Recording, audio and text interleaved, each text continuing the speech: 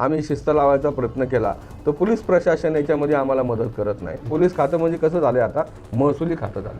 म्हणजे नुसतं पावत्या पाडायच्या, दंड वसूल करायचे, टार्गेट पूर्ण करायचं. टार्गेट पूर्ण याच्यापुरतं हे खातं आहे का? 2017ला 5,000 रिक्षा परवाने होते, ते आता 55,000 झाले, 11 पट वाढले. पुण्यामध्ये 40,000 रिक्षा परवाने होते पुणे शहरामध्ये, ते आता 1,50,000 रिक्षा परवाने पुण्यात वाढले. पिंपरी चिंचवड पुणे शहर दोन्ही शहर पकडून 2 लाखापेक्षा अधिक रिक्षा रस्त्यावरती आहेत.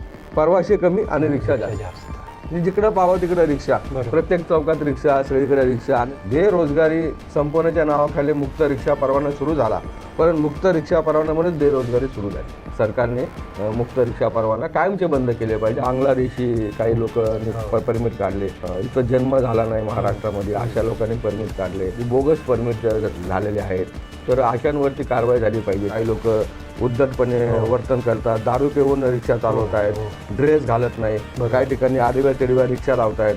पिंपरी चिंचवड शहरामध्ये हे सगळं कमी करण्यासाठी मी प्रयत्न करत आहे. मला किती ट्रोल करण्याचा प्रयत्न केला, बदनामी करण्याचा प्रयत्न केला, तरी मी माझे जे प्रयत्न जे सुरू केले आहेत ते अजिबात सोडणार नाही. प्रामाणिक रिक्षा चालकांच्या मी पाठीशी आहे, त्यांच्या केसालाही कोणी धक्का लावू शकणार नाही. परंतु अशा प्रकारे जे चुकीचे वागतात, ज्यांच्यामुळे नागरिकांमध्ये रिक्षा चालकाची प्रतिमा खराब होती, अशा रिक्षा चालकांना वठणीवर आणण्याचा मी व्रत घेतलेला आहे. बेकायदेशीर वाहतूक आहे ही पोलिसांच्या सहकार्याने चालू आहे. पोलीस त्याच्यामध्ये त्यांचे काय लागेबंदे हप्ते म्हणूया आपण, जे काय चालू आहे ते त्यांचं चालून ते सगळं चाललंय. वाहतूक कोंडी आणि प्रदूषण कमी करण्यासाठी ते कारण देत राज्य सरकारनं नुकतंच रिक्षा मुक्त परवाना धोरणाला तात्पुरती स्थगिती दिली. त्यामुळं झालंय काय, तर राज्यातले 14 लाख रिक्षा परमिटधारक आणि अंदाजे 28 लाखाहून अधिक रिक्षाचालक यांना तुर्तास मोठा दिलासा मिळाला आहे. तो कसा मिळाला आहे आणि या धोरणाला स्थगिती दिल्याचे इतर काय परिणाम होऊ शकतात याविषयी चर्चा करण्यासाठी आज आपल्या स्टुडिओत आले आहेत महाराष्ट्र रिक्षा पंचायतचे संस्थापक अध्यक्ष आणि रिक्षा चालकांचे नेते बाबा कांबळे. बाबा, तुमचं आपल्या आवाजच्या स्टुडिओत स्वागत आहे. धन्यवाद साहेब, धन्यवाद. खूप खूप. माझा पहिला प्रश्न तुम्हाला आहे की आपला आवाजच्या प्रेक्षकांना थोडक्यात ह्या रिक्षा मुक्त परवाना धोरणाविषयी जरा सांगा. ऑटो रिक्षा जी आहे, ऑटो रिक्षाला मुळामध्ये परमिट हे बंधनकारक आहे. परमिटशिवाय रिक्षा रस्त्यावरती येऊ शकत नाही. 1997 साली महाराष्ट्रामध्ये मुक्त रिक्षा परवाना बंद झाला. 97 साली जे काय परमिट देण्याची जी काय प्रक्रिया होती ती बंद झाली. 1997 ते 2017पर्यंत महाराष्ट्रामध्ये परमिट दिले जात नव्हते. 2017 साली महाराष्ट्रामध्ये मुक्त परवाना सुरू झाला, म्हणजे जो मागेल त्याला रिक्षाचं परमिट देण्याची प्रक्रिया सुरू झाली. 2017ला ही प्रक्रिया सुरू झाली. 17, 18, 19, 20, 21, 22, 23, 24, 25, 26 जवळजवळ 9 वर्ष महाराष्ट्र सरकारने परमिट खुले ठेवले. याचा परिणाम असा झाला की आपल्या पिंपरी चिंचवड शहरामध्ये 5,000 रिक्षा परवाने होते, ते आता 55,000 त्यावेळेस, म्हणजे जेव्हा 2017ला 5,000 रिक्षा परवाने होते, ते आता 55,000 झाले. पुण्यामध्ये 11 पट वाढले. पुण्यामध्ये 40,000 रिक्षा परवाने होते पुणे शहरामध्ये, ते आता 1,50,000 रिक्षा परवाने पुण्यात वाढले. म्हणजे जवळपास पिंपरी चिंचवड पुणे शहर दोन्ही शहर पकडून 2 लाखापेक्षा अधिक रिक्षा रस्त्यावरती आहेत. यासाठी सरकारचे काही नॉर्म्स आहेत. सरकार असं म्हणतं, केंद्र सरकार असं म्हणतं की 1 लाख पब्लिकच्या पाठीमागं 800 परवाने, असं सूत्र आहे. मग आता आपल्या पिंपरी चिंचवड शहराची लोकसंख्या 25 लाख आहे. किती पटीने तुम्ही परवाने जास्त दिले? पुण्यात पण किती पटीने जास्त परवाने दिले? म्हणजे अशी परिस्थिती झाली, परवाशे कमी आणि रिक्षा जास्त. म्हणजे जिकडं पाहावं तिकडं रिक्षा, प्रत्येक चौकात रिक्षा, सगळीकडे रिक्षा. आणि त्यातून अनेक प्रश्न निर्माण झाले, वाहतूक कोंडी तर निर्माण झालीच आहे, प्रदूषणाचा प्रश्न निर्माण झाला आणि अनेक प्रश्न निर्माण झाले. आणि आमच्या दृष्टीने म्हणजे मी आता रिक्षा संघटनेचा अध्यक्ष आहे, आमच्या दृष्टीने जे आमचे रिक्षा चालक आहेत त्यांच्या भविष्याचा विचार करणं, त्यांच्या उपजीविकेचा प्रश्न निर्माण झाल्यानंतर त्याच्यावर विचार करणं हे आमचं कर्तव्य आहे संघटनेचा अध्यक्ष म्हणून. तर हे करत असताना आमचं असं लक्षात आलं की एका भाकरीमध्ये 10 तुकडे झाले, म्हणजे कुणाचंच पोट भरायला तयार नाही. आज मी एखादा रिक्षा चालक 500 रुपये कमवत होता, तो 200 रुपयावरती आला. म्हणजे एका भाकरीमध्ये अनेक तुकडे झाले. बेरोजगारी संपवण्याच्या नावाखाली मुक्त रिक्षा परवाना सुरू झाला, पण मुक्त रिक्षा परवान्यामुळेच बेरोजगारी सुरू झाली. म्हणजे आमचे रिक्षा चालक बेरोजगार व्हायला लागले. आणि मग अशी परिस्थिती निर्माण झाल्यामुळे बेरोजगार नाही पण अर्ध बेरोजगार तरी व्हायला लागलं, म्हणजे त्यांचं उत्पन्न कमी झालं. हा, अर्ध बेरोजगार आणि त्यातून त्यांचे हप्ते थकणं, त्यांचा संसाराचा गाळा त्यांना ओढला जात नाही, मुलांचे शिक्षण, असे अनेक प्रश्न निर्माण झाले. गेले 4 वर्ष सुरुवातीला आम्ही याचं स्वागत केलं की जाऊन 1997ला परमिट बंद झाले, 17ला तुम्ही चालू केले, ठीक आहे, काय हरकत नाही, लोकसंख्या वाढली, बद्दल वाढले, ठीक आहे, परंतु ते किती द्यायचे याचा नॉर्म्स सरकारने पाळला नाही. त्याचे जे काय कॅटेगरी आहे ती त्यांनी सरकारने पाळली नाही. जास्त परवाने आता झालेले आहेत. तर आम्ही गेले 4 वर्ष या विषयावरती संघर्ष करत होतो की मुक्त रिक्षा परवाना बंद करा. आता खूप परमिट झाले, खूप रिक्षा झाल्या, तर त्याच्यावर बंधन आणले पाहिजे. तर याबद्दल महाराष्ट्रामध्ये जेवढे RTO आहेत तर त्या RTOने एक अहवाल, प्रत्येक RTO जसं आपलं पिंपरी चिंचवड RTOने अहवाल सरकारला पाठवला की बाबा कांबळे यांचं म्हणणं बरोबर आहे, परवाने जे मर्यादेपेक्षा जास्त झाले, असा अहवाल पाठवून जवळजवळ तुम्हाला सांगतो 2 वर्ष झाले. 2 वर्ष झालं प्रत्येक महाराष्ट्रातल्या 60 RTOने अहवाल पाठवला सरकारला की अधिक परवाने झाले. महाराष्ट्र सरकारने अहवाल पाठवला, आपलं परिवहन आयुक्तांनी अहवाल पाठवला राज्य सरकारला, परवाने जास्त झाले. राज्य सरकारने केंद्र सरकारला अहवाल पाठवला की मुक्त रिक्षा परवाना बंद करायचे, आम्हाला परवानगी द्या. ह्या घटनेला जवळजवळ 2 वर्ष पूर्ण झाले, तरी पण मुक्त परवाने बंद होत नाहीत. त्यामुळं यासाठी आम्ही रस्त्यावर उतरलो, आंदोलनं केले, मोर्चे काढले, सरकारला निवेदन दिलं, परंतु आता परवाने बंद झाले. याबद्दल मी महाराष्ट्र सरकारचे मुख्यमंत्री म्हणून देवेंद्रजी फडणवीस आणि परिवहन मंत्री प्रताप सरनाईक यांचं अभिनंदन करतो. परंतु प्रताप सरनाईक यांनी या परवाने बंद करायला उशीर झाला ही आमची खंत आहे. तर आपल्या आवाजच्या माध्यमातून मी खंतही बोलून दाखवतो की परिवहन मंत्री यांनी थोडासा परवाने बंद करायला उशीर केला आहे, त्यामुळे खूप बिकट प्रश्न निर्माण झाले. तरी पण आता दुरुस्त आहे असं आपण म्हणू शकतो. असंच म्हणावं लागेल की देर आहे, दुरुस्त आहे. उशिरा का होईना, परंतु मुक्त परवाना बंद झाला.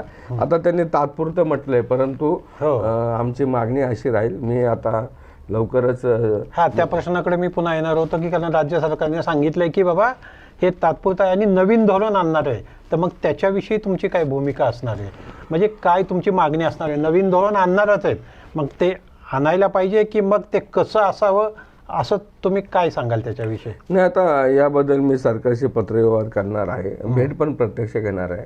मुख्यमंत्री देवेंद्र फडणवीस यांची आणि परिवहन मंत्री यांची भेट घेऊन जे केंद्र सरकारचे जे काय नॉर्म्स आहेत किंवा केंद्र सरकारने जो पूर्वी अभ्यासपूर्ण जो काय तुम्हाला नॉर्म्स दिलेले आहेत त्याचाच आधार तुम्ही घ्या ना. आता तुम्ही तात्पुरते बंद करणार आणि परत म्हणणार की आम्ही अशा बेसवर चालू करू, हे करू, तसं चालणार नाही.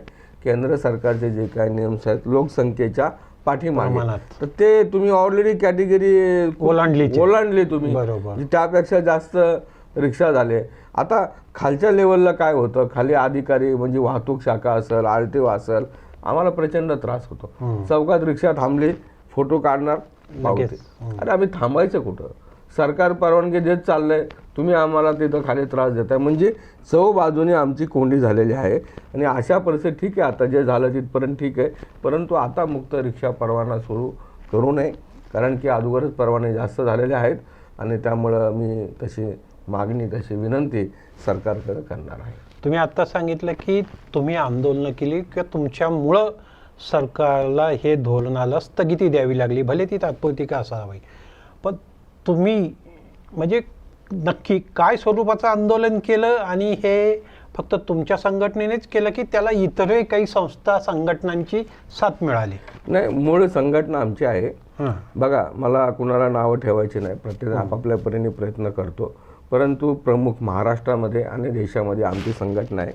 देश पातळीवरती आम्ही ऑटो टॅक्सी ट्रान्सफर फेडरेशन, हे जे आमचं फेडरेशन आहे हे 28 राज्यात काम करत आहे. महाराष्ट्रामध्ये माझी स्वतः, मी ज्याचा संस्थापक अध्यक्षाचा उल्लेख तुम्ही केला, आमची महाराष्ट्र रिक्षा पंचायत आहे. ही महाराष्ट्र रिक्षा पंचायत पिंपरी चिंचवड शहरातून ही संघटना सुरू झाली, परंतु आज महाराष्ट्राच्या सर्व भागामध्ये महाराष्ट्र रिक्षा पंचायत कार्यरत आहे. एकमेव संघटना आहे जी महाराष्ट्रव्यापी आहे. आज आमचं पिंपरी चिंचवडला कार्यालय, पुण्यात कार्यालय, ठाण्यामध्ये आमचं कार्यालय, मुंबईमध्ये आहे, बीडमध्ये आहे. अशी मोठी संघटना, एकमेव संघटना आहे जी महाराष्ट्रव्यापी. यासोबतच आमची एक महाराष्ट्रामध्ये कृती समिती आहे. कृती समिती म्हणजे जॉईंट ॲक्शन कमिटी, म्हणजे आम्ही सर्व संघटना मिळून एखाद्या विषयावरती एकत्र येतो. तर ऑटो टॅक्सी चालक मालक संघटना संयुक्त कृती समिती. आता ह्या कृती समितीमध्ये महाराष्ट्राच्या 26 जिल्ह्यातील सर्व संघटना आम्ही जोडलेल्या आहेत. तर ह्या सर्व संघटना ज्या आमच्यासोबत आहेत त्या आणि कृती समिती, महाराष्ट्र रिक्षा पंचायत आणि फेडरेशन यांनी खूप फॉलोअप घेतला. वेळप्रसंगी आम्ही बंदसारखं हात्यार उपसलं, निवेदनं दिले, नुसतं आंदोलन करून. आता माझा बघा गेल्या 20-25 वर्षाचा अनुभव आहे. पूर्वीचा एक काळ होता की आम्ही फक्त आंदोलन करायचं, फक्त आंदोलन करून हा प्रश्न मिटत नाही. आंदोलनाबरोबर तुमचा सरकारशी योग्य संवाद झाला पाहिजे. बरोबर, पत्रव्यवहार, फॉलोअप प्रयत्न ते पाहिजे, तो फार महत्वाचा आहे. अलीकडे काय होतं, लोक आंदोलन करतात परंतु त्याचा फॉलोअप राहत नाही. सरकारशी तुम्हाला बोललं पण पाहिजे. सरकार काय जरी आपलं म्हणणं ऐकत नसेल ते काय आपले दुश्मन नाहीये, आणि शेवटी त्यांना पण सरकार चालवायचं आहे, त्यांना बी सगळ्या बाजू पाहावे लागतात. प्रवाशांचं म्हणणं ऐकावं लागतं, पत्रकारांचं प्रेशर असतं, सगळ्या गोष्टी असतात. त्यामुळं सरकारसोबत योग्य पद्धतीवर योग्य प्लॅटफॉर्मवरती चर्चा देखील झाली पाहिजे, ती आम्ही केली. मी अनेक वेळा देवेंद्र फडणवीस यांच्यासोबत बैठका झाल्या. मधल्या काळामध्ये आमचे एकनाथ शिंदे हे मुख्यमंत्री होते, त्यांच्यासोबत चर्चा झाली. स्वर्गीय अजितदादा पवार यांच्याकडे तर मी नेहमी जायचो, दादांकडे नेहमी. दादा पुण्याचे पालकमंत्री होते आणि सहज अवेलेबल व्हायचे. अनेक वेळा दादा हे करा, दादा ते करा, माझे अत्यंत निकटवर्ती आणि जवळचे संबंध होते. अनेक वेळा दादांना मी हक्काने सांगायचो, दादा हे करा. पूर्वी असंच आमचे स्वर्गीय गिरीश बापट होते, खूप म्हणजे आम्हाला ह्या प्रक्रियेत मदत करायची. म्हणजे आम्हाला एखादी मिटिंग मंत्रालयात लावायची म्हटलं की आमच्या हक्काची व्यक्ती म्हणजे गिरीश बापट. त्यांच्याकडे गेलं, भाऊ अशी अशी मिटिंग आहे, हे प्रश्न आहेत, लगेच तात्काळ फोन करायचे आणि लगेच पत्र द्यायचे, मिटिंग लागायची. म्हणजे अशी आम्हाला मदत होत होती. पण अलीकडं आता आमचं खूप मोठं नुकसान झालं की स्वर्गीय अजितदादा पवार यांच्या जाण्याने आणि गिरीश बापट यांच्या जाण्याने आता आम्हाला कोणी असं हक्काचा माणूस नाही आहे. परंतु तरी पण आता देवेंद्र फडणवीस आमच्याशी चर्चा करतायत. त्यानंतर इथं महेशदादांनी मधल्या काळामध्ये एक मिटिंग आमची लावून दिली. तर असं आता कोणीतरी आमच्या प्रश्नावरती असावा अशी आमची अपेक्षा आहे. तर बघूया आता पुढं काय, पण आम्ही लढतोय, संघर्ष करतोय आणि सरकारशी डायलॉग बी करत आहोत. आत्ता हे जे धोरण स्थगिती मिळाली आहे तर त्याचे नक्की काय फायदे होणार आहेत रिक्षाला? नाही, याचे फक्त रिक्षा चालक नाही तर प्रवाशांना पण फायदा होईल आणि रिक्षा चालकांना पण फायदा होईल. त्यांच्या जीवनामध्ये स्थिरता येईल, म्हणजे आर्थिक स्थैर्य ज्याला आपण म्हणतो ते येईल. कारण की एखाद्या माणसाला जसं कामगारांना किमान वेतन आहे तसं रिक्षा चालकांना जगण्यासाठी जेवढं काही पैसे लागतात, थोडक्यात पैसे लागतात किंवा तेवढे पैसे त्याला मिळाले पाहिजे. तर ते त्याला मिळत नव्हते या सगळ्या प्रक्रियेमुळे आणि शाश्वती नव्हती. अनेक लोकांनी रिक्षा विकल्या, अनेक लोकांनी रिक्षा सोडून सनी कोविडमध्ये भाज्या विकल्या, अनेक लोक रिक्षा सोडून बांधकाम मजूर काम करत होते, कारण इथं व्यवसायच होत नाही. रिक्षा घेतली तसं हप्ते कसे फेडायचे आणि मग प्रवासी मिळत नाहीत, त्यामुळं हे सगळे प्रॉब्लेम निर्माण झाले होते. आता कुठंतरी याला स्थैर्य प्राप्त होईल, त्यांच्या जीवनामध्ये शाश्वती येईल की आता आम्हाला एवढं उत्पन्न निश्चित मिळेल, त्यांचं घर त्यांचं कुटुंब चालेल, एवढं उत्पन्न त्यांना मिळेल. ही एक बाजू. दुसरी बाजू, प्रवाशांना देखील आता शाश्वत सेवा मिळेल, सुलभ सेवा मिळेल असा आमचा प्रयत्न चालू आहे. आणि बघा, रिक्षा कमी असल्या म्हणजे अडवणूक होते असा भाग नाही, तर त्या रिक्षा कमी असल्या म्हणजे एक प्रवासी आला त्या ठिकाणी 2 रिक्षा येत आहेत आणि मग हा म्हणतो इकडे बसा, तो म्हणतो तिकडे बसा. आपण पाहतो ना चित्र. बरोबर तर तसं आता होणार नाही. तसं प्रवाशांना पण योग्य रिक्षा मिळेल आणि सुलभ सेवा मिळेल, व्यवस्थित सेवा मिळेल. रिक्षांना देखील, रिक्षा चालकांना देखील त्यांचं कुटुंब आणि उपजीविका भागल एवढं उत्पन्न मिळेल असा म्हणजे त्यांची चिंता मिटेल की बाबा त्यांचा एक उत्पन्नाचा सोर्स एक कायम आणि निश्चित ठरलं, बाबा एवढं उत्पन्न आपल्याला मिळणार. अगदी बरोबर. पण तुम्ही आत्ता म्हटलात की बाबा कमी रिक्षा असल्या तर त्याच्यामुळं काय होईल की त्याच्यातून एखाद्या वेळेला मोनोपॉली नाही का निर्माण व्हायची, बाबा मग थोडंसं आमच्याशिवाय बाबा प्रवाशाचं पान आणणार नाही, मग आम्ही म्हणू तसं, किंवा एक मोनोपॉलीचा एक हे बाबा आपली मक्तेदारी कमी असल्यावर स्पर्धाच राहणार नाही, जास्त असेल तर स्पर्धा होईल, जो चांगली सेवा देईल त्याच्याकडे जातील प्रवासी. तर असं होणार नाही का कमी असतील तर मोनोपॉली निर्माण होईल याच्यातून? नाही, मी जर सुरुवातीला सांगितलं कुठे साहेब की कमी अजिबात नाही आहे.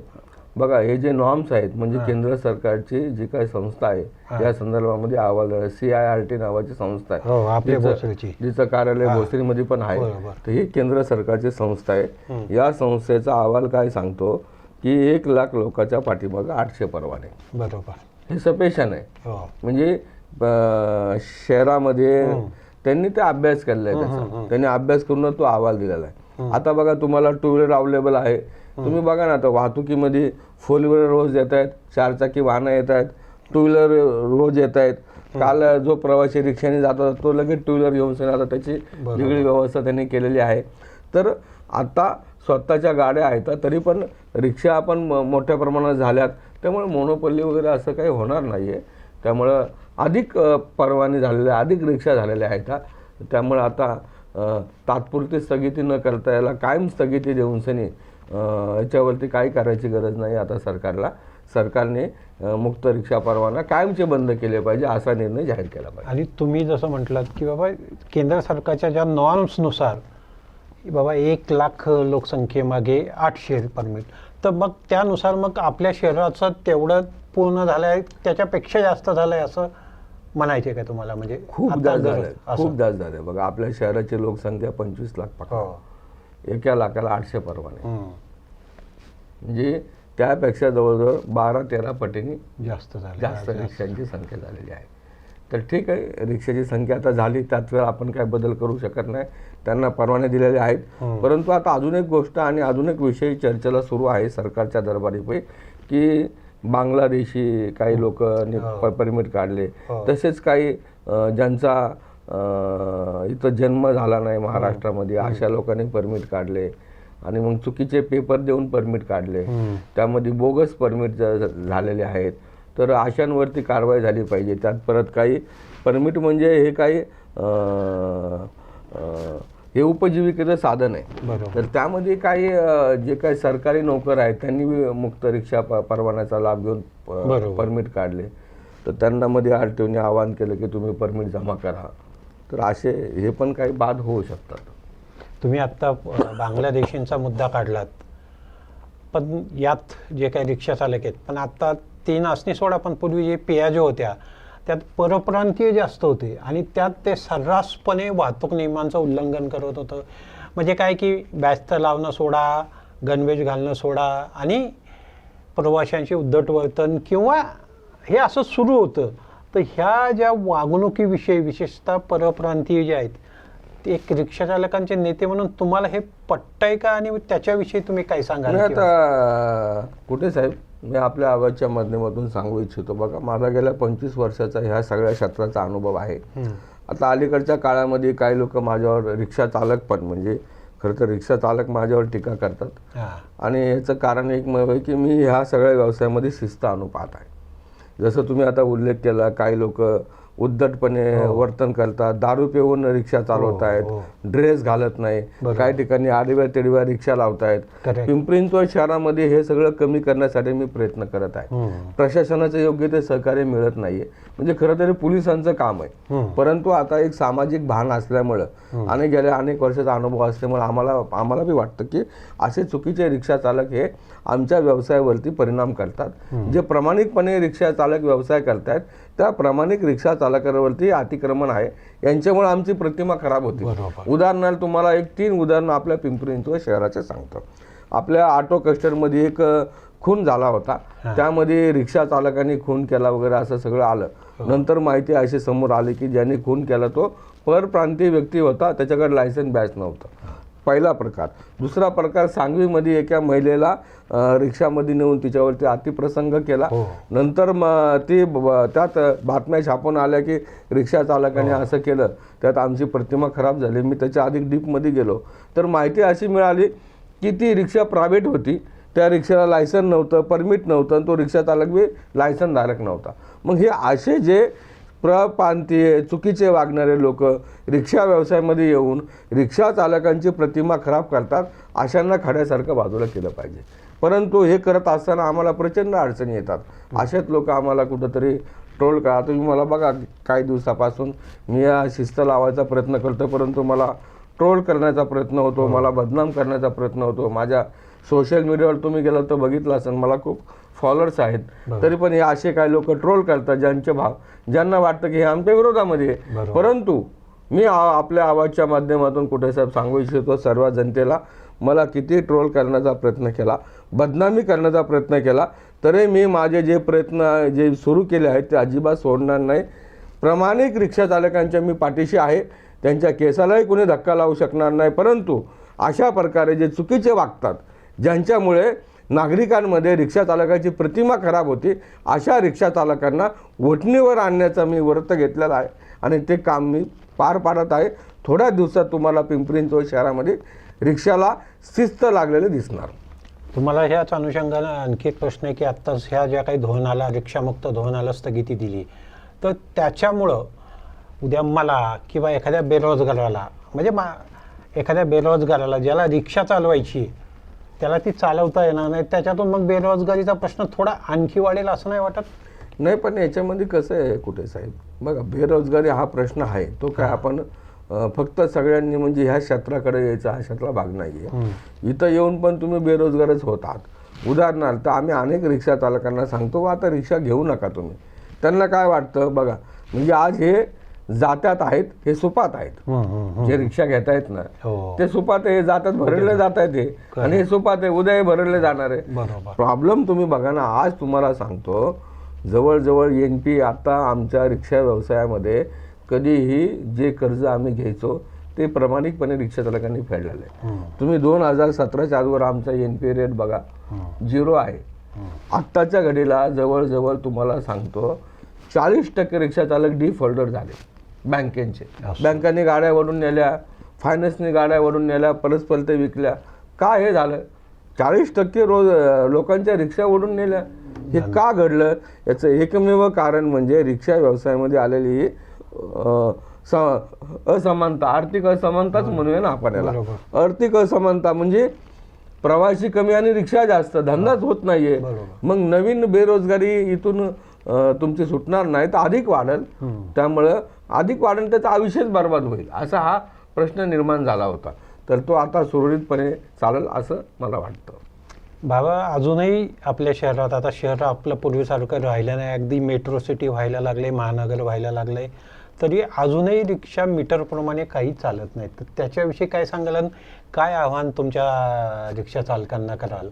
पिंपरी-चिंचवड शहरामध्ये ज्यावेळेस कृष्णप्रकाश पोलीस आयुक्त होते, तर त्यावेळेस मी पिंपरी चौकामध्ये मीटर डाऊन करण्याचा कार्यक्रम घेतला होता. तेव्हापासून आमच्या संघटनेने पिंपरी-चिंचवड शहरामध्ये मीटरला मान्यता दिलेली आहे. त्यापूर्वी आम्ही, मला वाटतं त्यावेळेला कृष्णप्रकाश होते का आयुक्त? कृष्णप्रकाश पोलीस आयुक्त होते. तर त्यांच्या हस्ते आम्ही ते सुरू केलं. तेव्हापासून आम्ही सर्वांना सांगितलं की मीटरने तुम्ही व्यवसाय करा.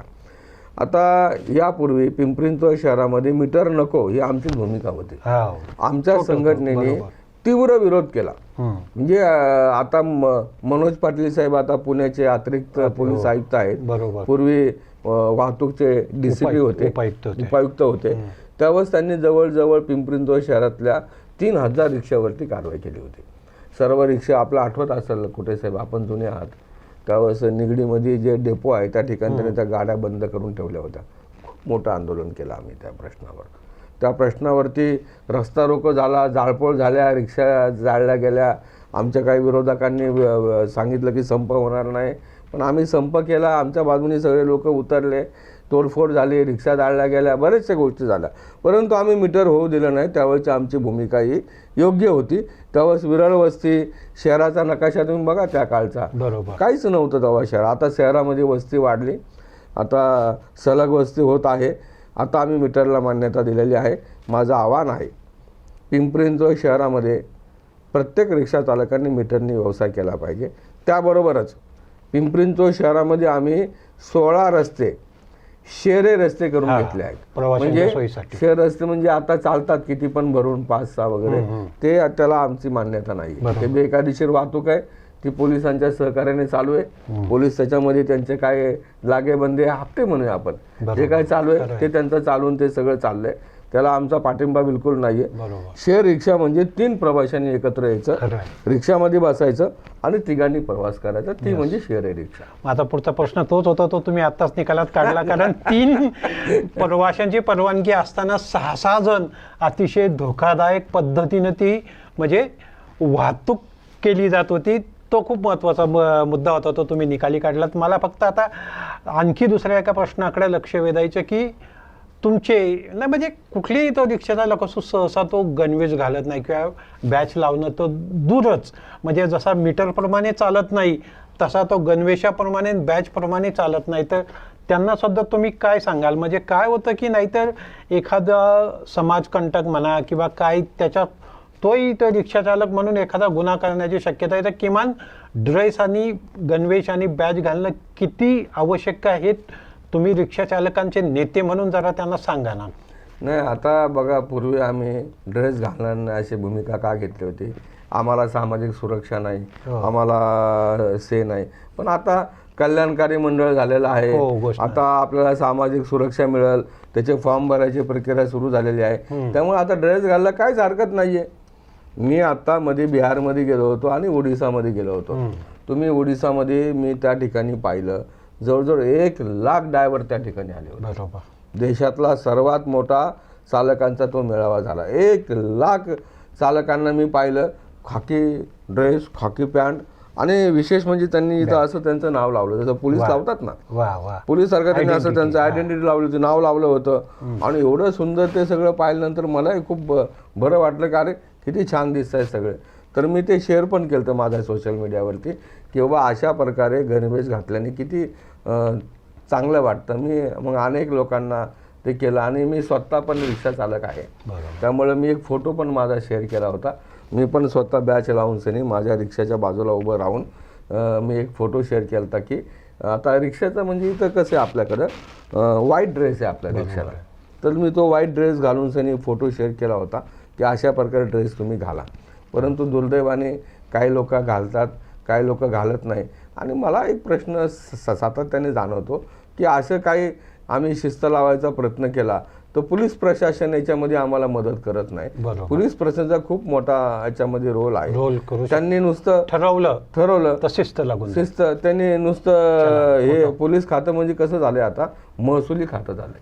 म्हणजे नुसतं पावत्या पाडायच्या, दंड वसूल करायचे, टार्गेट पूर्ण याच्या पुरतं हे खातं आहे का बाबा? वाहतूक खातं, आरटीओ घ्या, वाहतूक विभाग घ्या, त्यांचं मुख्य काम म्हणजे शिस्तही लावणं आहे किंवा त्यांना ते सोडून देतात आणि ते फक्त दंड गोळा करायचं. वाहतुकीला शिस्त लावणं, ह्या प्रश्नावर शिस्त लावणं, एखादा उपक्रम आम्ही जाहीर करतो तर त्याला सपोर्ट करणं, हे सोडून पावत्या पाडायच्या, ह्या अशा प्रकारे सगळं चाललेलं आहे. तर ते दुर्दैव आहे.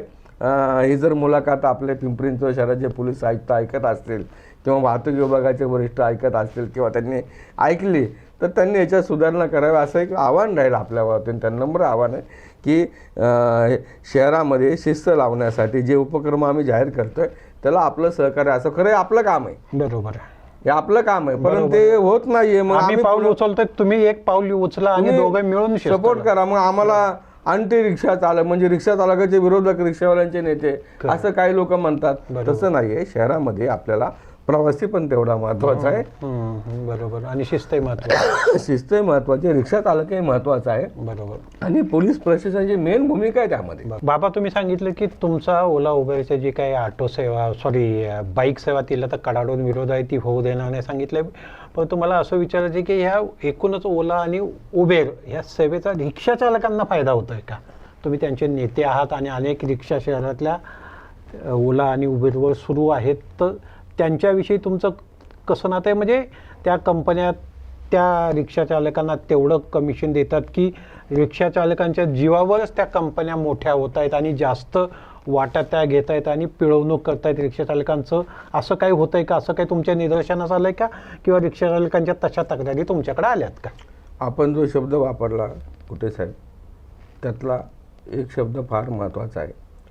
रिक्षा चालकांच्या जीवावरती ओला, उबेर, रॅपिडो सारख्या कंपन्या मोठ्या होत आहेत बरोबर. आणि ते ज्यांच्या जीवावर मोठ्या झाल्या त्यांचं शोषण करतात. म्हणजे भांडवलदारी हुकुमशाही आणि भांडवलदार आहे सगळे हे. बरोबर. यांचा सोशल कुठली ॲक्टिव्हिटी नाही, फक्त पैसे कमवण्याचा उद्देश आहे आणि ते पैसे कमवण्यासाठी बरोबर. रिक्षा चालकांचा त्यात बळी दिला जातो. त्यांचं प्रचंड प्रमाणामध्ये शोषण केलं जात आहे. असं. टू व्हीलर टॅक्सीला आमचा कायम विरोध राहणार, कायम विरोध आहे आणि पूर्वी आम्ही तीव्र विरोध केला, प्राणपणाने आम्ही विरोध केला, मोठा संघर्ष आम्ही केला. रस्त्यावर आम्ही आंदोलन केलं. तर सुरुवातीला त्याला इथं बंदी घातली, त्यांच्यावरती केस दाखल केली, ते हायकोर्टामध्ये गेले. मुंबई हायकोर्टामध्ये आम्ही पण तिथं आमचे म्हणणं मांडलं, आम्ही त्या ठिकाणी जिंकलो.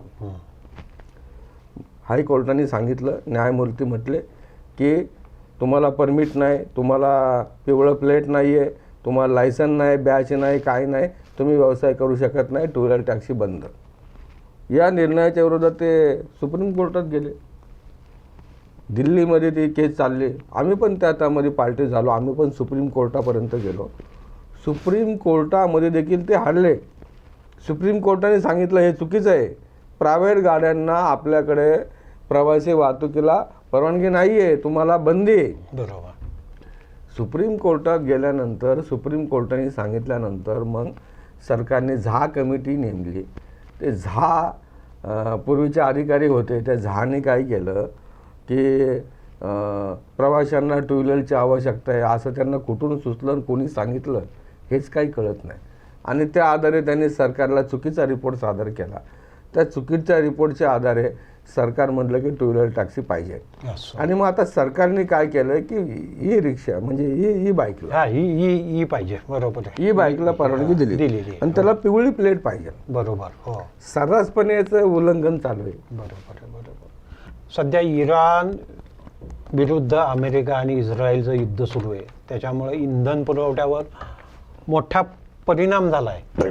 तर त्याचा रिक्षा व्यवसायाला काय फटका बसलाय, बसणारे, आणि भविष्यात जर इंधन वाढ झाली तर तुम्ही काही रिक्षा भाडेवाढीची मागणी करणार काय? देशाचे पंतप्रधान आदरणीय नरेंद्रजी मोदी साहेब आणि केंद्र सरकार, राज्य सरकारने हे प्रकरण अत्यंत चांगल्या पद्धतीने हाताळलं आहे. आत्तापर्यंत वाहतूक व्यवस्थेवरती कोणताही परिणाम नाही. आमच्या ऑटो टॅक्सी चालकांना देखील या युद्धाचा कोणताही परिणाम जाणवत नाही आहे. त्यामुळे अजून अशी काही परिस्थिती नाही आहे. तर हे होते बाबा कांबळे. त्यांनी रिक्षामुक्त धोरणाला जी काही तात्पुरती स्थगिती दिली आहे तिचा रिक्षा चालकांना कसा फायदा होणार हे सांगितलं आहे. त्यामुळं ही तात्पुरती स्थगिती कायम करण्याची मागणी त्यांनी केली. तसंच नवीन रिक्षामुक्त धोरण आणू नये असंही सांगितलं आहे. आणलं तर त्याला विरोध केला जाईल हेही स्पष्ट केले. त्याशिवाय त्यांनी बेकायदेशीर वाहतूक, धोकादायक प्रवासी वाहतूक रिक्षा चालकांनी करू नये असं सुद्धा आव्हान केलेलं आहे. या नोटवर आज आपण इथेच थांबूया. बाबा कांबळे, तुम्ही वेळात वेळ काढून आलात आणि रिक्षामुक्त धोरणाविषयी सविस्तर चर्चा केली, त्याबद्दल तुमचं धन्यवाद. धन्यवाद. खूप खूप आभारी आहे.